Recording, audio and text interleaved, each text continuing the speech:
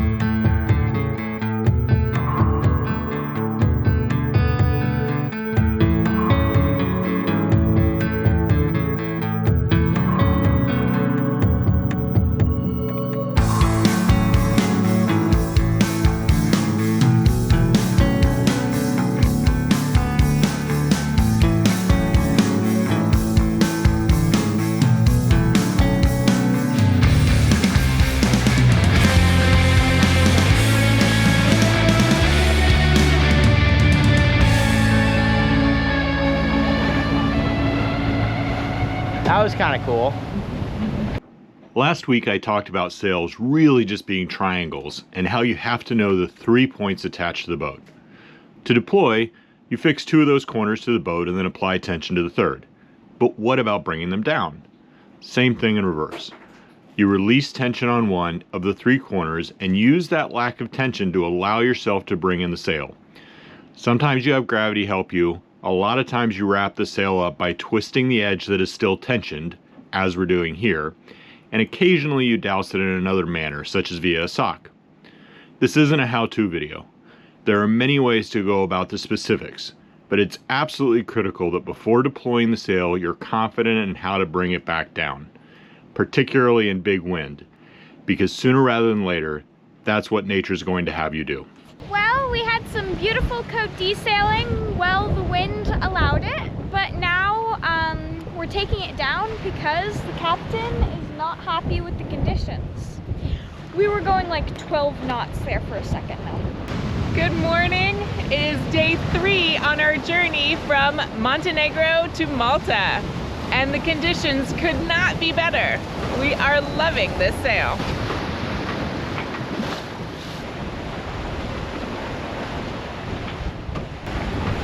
What's up, Mom? Just enjoying this beautiful sailing weather. It is beautiful. We've got about 12 knots of breeze coming right on our beam, and we are doing up to 8 knots. This is great.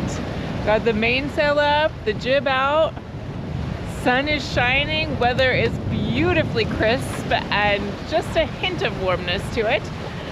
It is a lovely day to be out on the water. We're going 7 knots, 7.1, and now we're going down to 6, and now we're 7.3.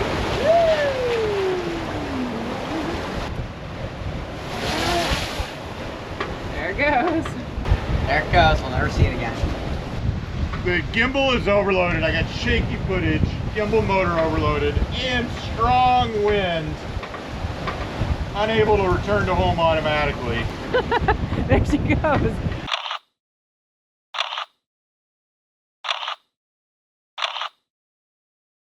Okay, here you go, Dave. No. Never mind.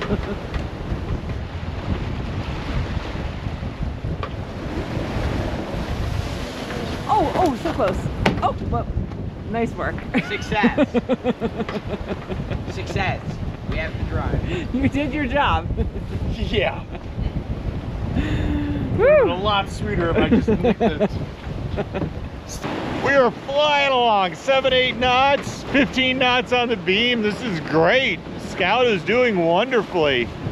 We have found a very happy sail setup, and even with this pretty big wind, a reasonable wind, the seas are not too big. We're flying along. We'll be in Malta in no time.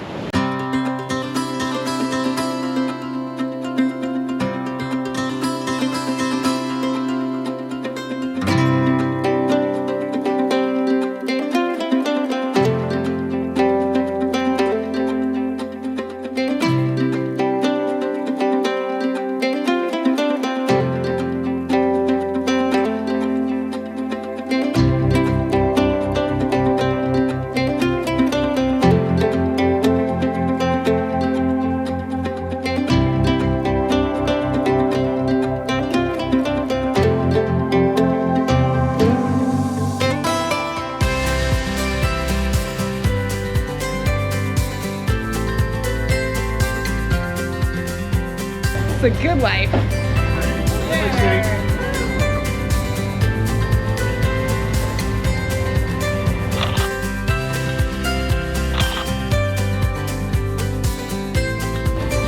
From underneath. Come on, baby. Woo! All right, next.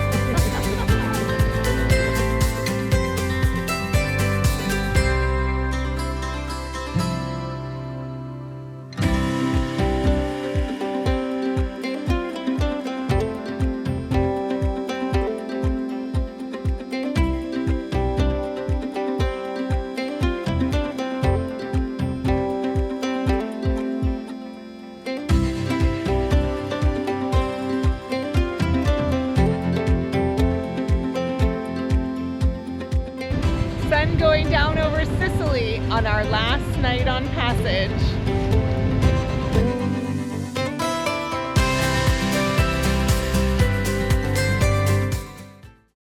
Hi everyone, Dave here. It's 1 o'clock in the morning on the 5th day of our passage from Montenegro to Malta, and I'm on night watch. The most interesting part for me, before I had seen it and done it for myself, was the idea of the passage. Now if you're like me, you've probably seen that too and have some questions. First one is, what's it like to not see land for a long time? You're in the middle of a big body of water and you can look as far as you want in any direction and not see land, or in some cases see only a faint bit of land way in the distance. The answer to that question is, it's not nearly as weird as it seems. It's you just sort of get used to it. And really on night watch, you have one job. The one job is stay awake. So as long as you are prepared to go wake up the captain, if anything out of the ordinary happens, you have done a perfectly good job at night watch. If you want to take part a little more, as I did, there are certainly opportunities to do that sort of at your skill level. Now, my experience is, well, I have a fair amount of experience with motorboating, and I'd like to think I know a thing or two about salty pirates, but before I got on this boat, I knew almost nothing about sailing. The second job that you can do when you're on night watch is to watch the screens, see if there is any boat traffic in the area. There's certainly nothing but another vessel out here that you could possibly run into or have problems with. So really you're looking for boats. I can change the heading, go inside, watch the screen change so that I know that we're going to steer away from anything that we might have an issue with, and then come back out here, see that it's all clear, and put it back the way it was. Let's go inside and see what we have there. Here, when you're on night watch, when you're not doing anything, which is the majority of the time, you can read a book, you can watch a video. Again, your only job, stay awake. And anyway, that's about it. Like a lot of things, it's not nearly as scary or inconvenient as it seems when you think about it from a distance. Like most things on the boat, it is what you make of it, but it's actually pretty fun. So that's really all I have to do right now. It should be a pretty uneventful night. Very little wind except for the little breeze into us. Very little current. Seas are smooth, and we'll be in Malta tomorrow morning. So I'm gonna go back to reading a book, watching videos, and I don't know, like the old sailors, maybe I'll make up a sailor song. When I was younger and in my prime, I used to motorboat all the time, but now I'm older and turning gray. I only motorboat twice a day. Now that is a sunrise over the water. Starting off day 4 of our journey, just a few hours from Malta. Go get the hook down, checked in, maybe even a little calamari in our future. We'll see what happens. A little bit of everything on this journey as I thought there might be, but so far so good. Always be good to get there, get the hook down. Pinky out or pinky in? I think out, right? This water is gorgeous. Pinky out.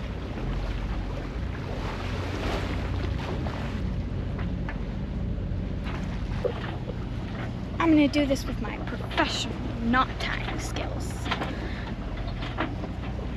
You're doing a bowline? No. No, I'm not doing a bowline. This is called like a... No, you have to tie a bowline. I have no idea how to tie a bowline. Oh my goodness.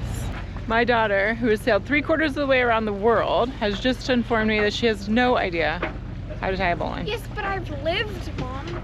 The one knot, okay, maybe the second knot, that you have to know, imperative skill to have on a boat, tying a bowline. See, watch. It's called like a devil knot or something. I've done it before when I'm making jewelry. And it really doesn't work then, but I'm sure it'll work now. Probably. I don't envy the person who has to undo those knots. It's not gonna come undone, right? I don't think so. I don't know. If you just pull really hard on it, then it will make it better. Yeah, it's gonna be great. Malta, baby, here we come. I'm excited for lots of reasons, but number one is because they have a ... Zara! The girl, all she thinks about is shopping. Ay. No, I think about more than shopping, like knot tying, for example. Yeah, we're gonna focus on knot tying. All right, so here's our situation. We are about 6 nautical miles out from Malta, and port control will not allow us to anchor where we were hoping to drop the hook. There's apparently a big tanker there. It is a very busy harbor, and there is very few options for dropping the hook, meaning like one, which we're not allowed to go to. So a 1.5 miles away, there is a large mooring field near the old town of Valletta. It is very crowded, and there are rumors that you can pick up a ball but maybe asked to move on short notice, with up to 24 hours notice. Balls are not marked, private, commercial available. You just do your best. You've got a bow and stern tie apparently, which we have never done. And as of yesterday, I saw a thread online on the WhatsApp group saying that there was none available. So we don't know what we're gonna do. It's stressful. There's a lot of big boat traffic out here. It's gonna be tight quarters when we get in, and the uncertainty is always just a drag, especially after 5 days at sea and just coming into a new country, you know? It'd be nice if we could just plop the hook and have it be easy peasy, but not so much, not today. All right, let's go. What are we let's going for?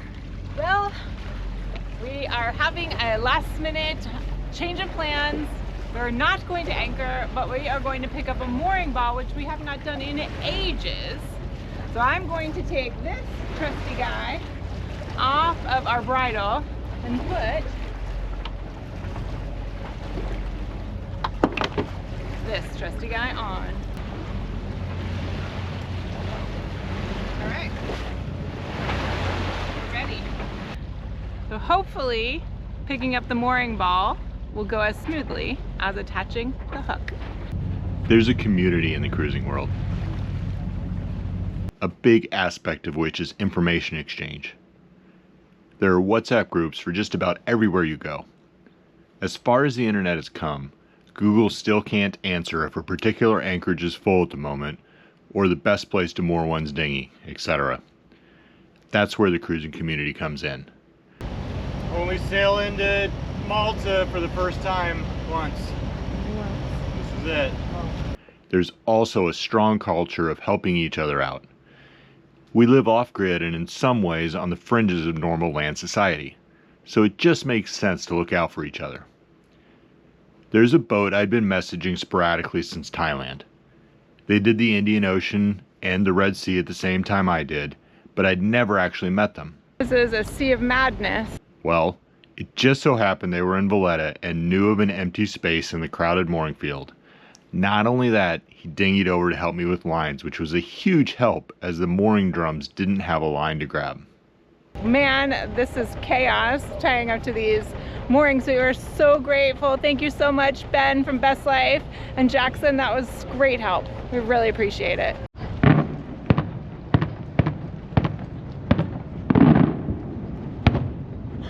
Okay, that is awesome. See that?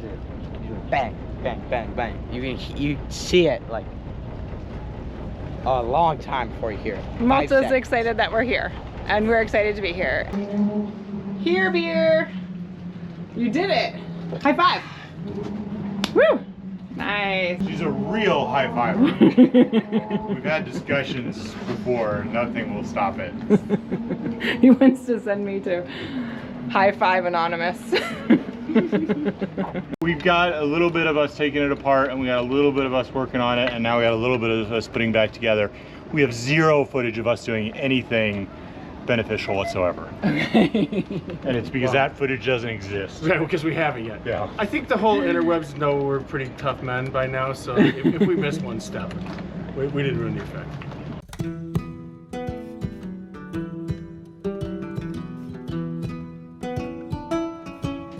In many ways, cruising is an incredibly unconstrained lifestyle. But there's still the occasional hoop we have to jump through. We are on a trek across Old Town Valletta to find the Customs and Immigration dock.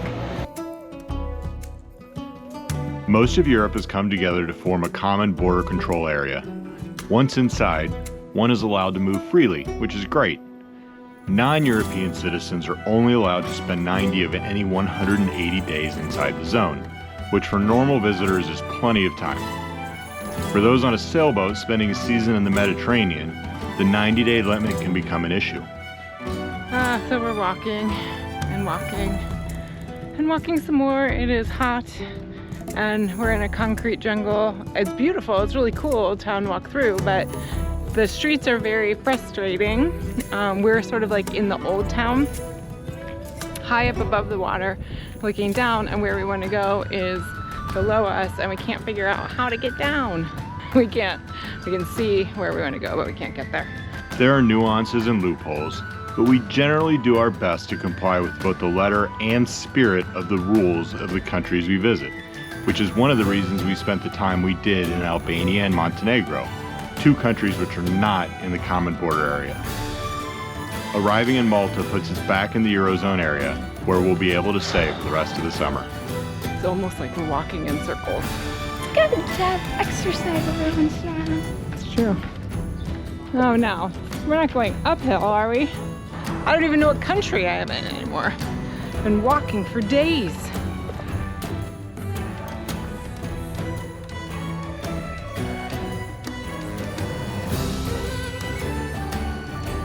All right, things are looking up for the scout crew. We are officially checked into Malta. That was super easy once we found it. The guys at the Customs and Immigration were so kind and gracious and fast. And now we are headed out for a celebration. Here's beer. Woohoo! Glad to be here. Join us next week as we try to figure out Malta's obsession with daytime fireworks. Thanks for watching.